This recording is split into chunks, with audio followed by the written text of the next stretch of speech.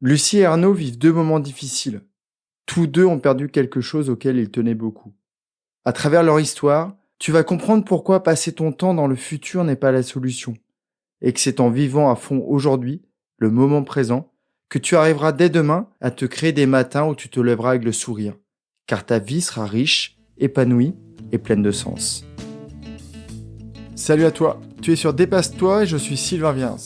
Tous les mardis dès 7h, je te proposerai des idées pour comprendre ton fonctionnement, améliorer tes relations, trouver de la motivation ou encore développer ta confiance en toi. Et tout ça pour t'aider à créer une vie riche, épanouie et pleine de sens. Si tu ne veux rien louper et profiter de tout ce que j'ai à t'offrir, je t'invite à t'abonner à la newsletter sur mon site sylvainviens.com. Aujourd'hui, c'est Sweeta que je remercie. Elle a affronté son conjoint sur le ring du plus beau commentaire. Ils m'écoutent ensemble et voulaient tous les deux m'aider à la diffusion du podcast. Son commentaire est intitulé « Un moment de bienveillance ». J'adore ta façon d'expliquer. C'est clair, net et précis. C'est comme se poser autour d'un café et recevoir des conseils et rappels d'un ami sur des sujets ou situations du quotidien. Ça fait du bien de t'écouter car ça me permet de me rendre meilleure et bienveillante envers moi-même. Merci Sylvain.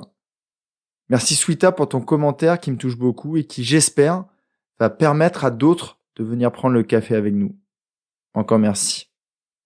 On peut reprendre notre sujet du jour, le moment présent.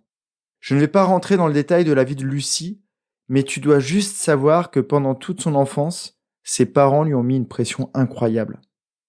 Ils ont passé leur journée sur son dos pour qu'elle obtienne ce qu'ils n'ont jamais eu, à savoir une belle carrière. Quand ses copines s'amusaient avec des craies sur le trottoir de leur quartier et qu'elle sautait sur la casse-ciel, elle, Lucie, elle lisait seule dans sa chambre. À l'âge des premiers flirts, pendant que ses copains et copines se retrouvaient au buisson des amoureux, Lucie était dans sa chambre à préparer les leçons du lendemain ou à reprendre des corrections de la veille. Lucie ne s'est même pas présentée devant les tableaux affichant les résultats de son lycée. Elle était déjà en train de préparer la suite, une classe préparatoire qui devait lui permettre d'avoir la vie rêvée. Lucie a été conditionnée pour se nourrir de l'énergie que lui procure le futur. Quelques années plus tard, Lucie a atteint le top 5 d'une super belle boîte. Elle a une maison magnifique, un mari et 2 enfants adorables. Mais un jour, tout s'écroule. Lucie se lève tôt comme d'habitude. Après un très rapide petit déjeuner avalé debout dans sa cuisine, elle quitte sa maison avant même le réveil de ses enfants. Elle grimpe dans sa belle voiture rouge qui rend jaloux beaucoup de ses collaborateurs. Elle passe son badge devant l'accueil, sans prêter attention à la réceptionniste qui la salue. Elle clique sur le bouton 4 de l'ascenseur, alors que son bureau trône au 14e étage de l'immeuble. C'est le premier couac de sa journée. Quand elle s'assoit sur son fauteuil, elle ouvre sa sacoche, sort son ordinateur et se connecte. Mais là, c'est le second bug. Elle a oublié son mot de passe. Après un échange avec le support informatique, elle ouvre sa messagerie et voit le compteur de réception s'affoler. Et ça, c'est normal. Ce qui l'est moins, c'est qu'à l'ouverture du premier message, son contenu est incompréhensible. Ou plutôt, elle ne le comprend pas. Elle voit les lignes du message qui s'entremêlent.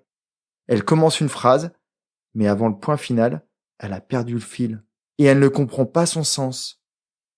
Elle décide de vite prendre rendez-vous avec un de ses amis. Dans son cabinet, elle entend le mot burn-out, stress, anxiété, pression. Avant de te donner la suite, parlons d'Arnaud.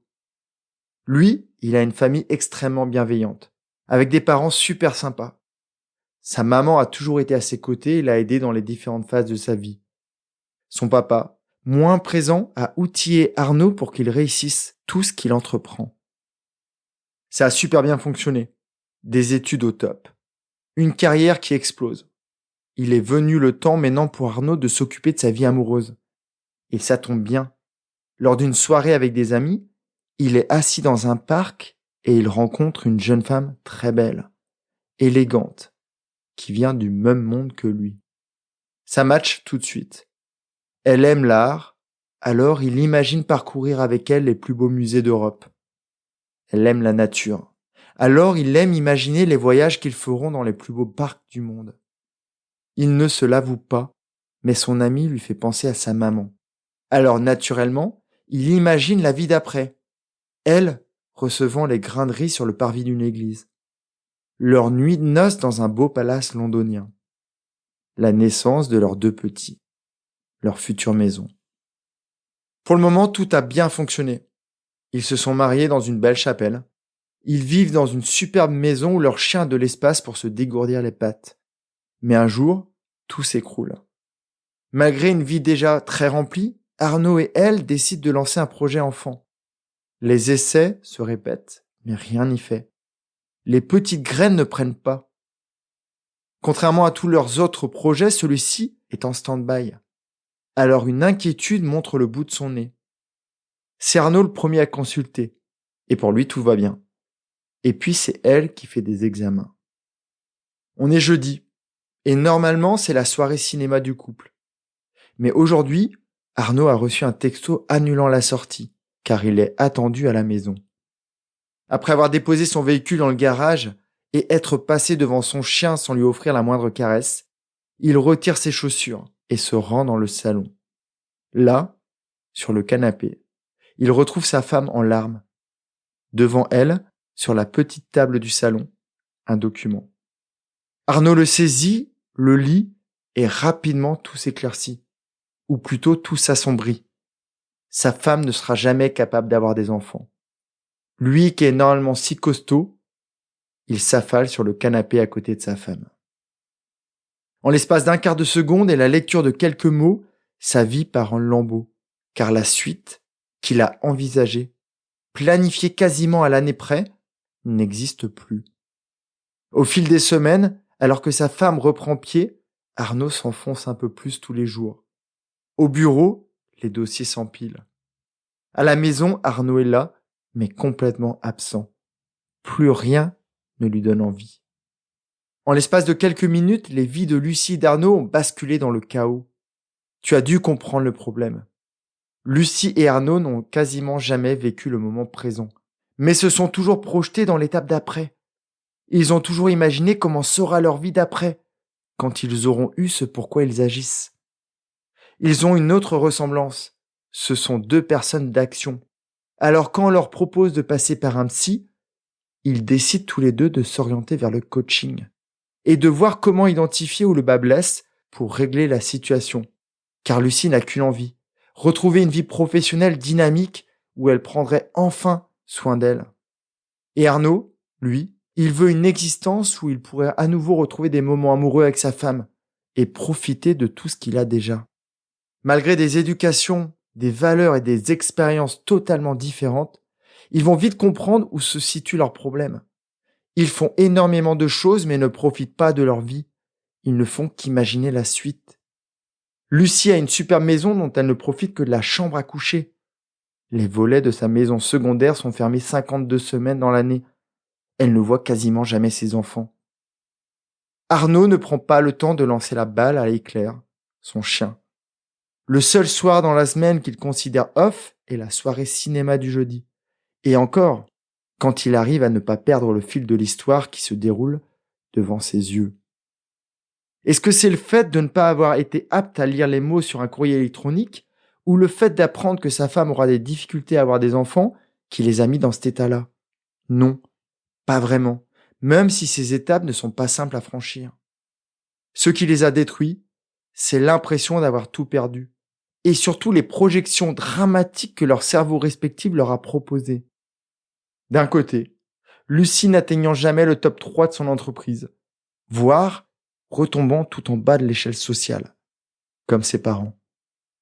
Et Arnaud, pensant ne jamais réussir à avoir d'enfants, et donc ne jamais atteindre son idéal familial. Alors que faire pour éviter ces situations qui peuvent arriver à n'importe qui? À toi, à moi. Tu dois comprendre que le plus important dans la vie, c'est le moment présent. Pas ce que tu imagines faire quand tu auras de l'argent. Pas ce que tu imagines faire quand tu auras des enfants. Un de plus peut-être. Arrête d'imaginer ce que tu feras quand tu auras plus.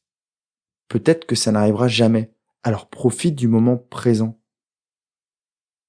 Quand tu te projettes dans des avenirs, des futurs extrêmement tristes, noirs, lugubres, tu renforces la difficulté des épreuves que tu as à traverser. Tu te plonges dans un superbe bain de Burke. Alors que quand tu accueilles la difficulté, que tu vis le moment présent, dans lequel tu es là, tout de suite, tu retrouves rapidement le miam, et alors tu vas mettre en place des choses qui vont te permettre de profiter de ta vie actuelle et d'encore l'enrichir. Et toi, comment ce sujet vibre en toi? As-tu l'impression de vivre en attendant des choses du futur ou profites-tu déjà de ce que tu as sous la main? Demande-toi vraiment si tu n'es pas trop dans des réflexions qui font que tu ne savoures pas suffisamment le goût de ta vie actuelle. Pourquoi attendre d'en avoir tout le temps plus? N'attends pas et vis réellement.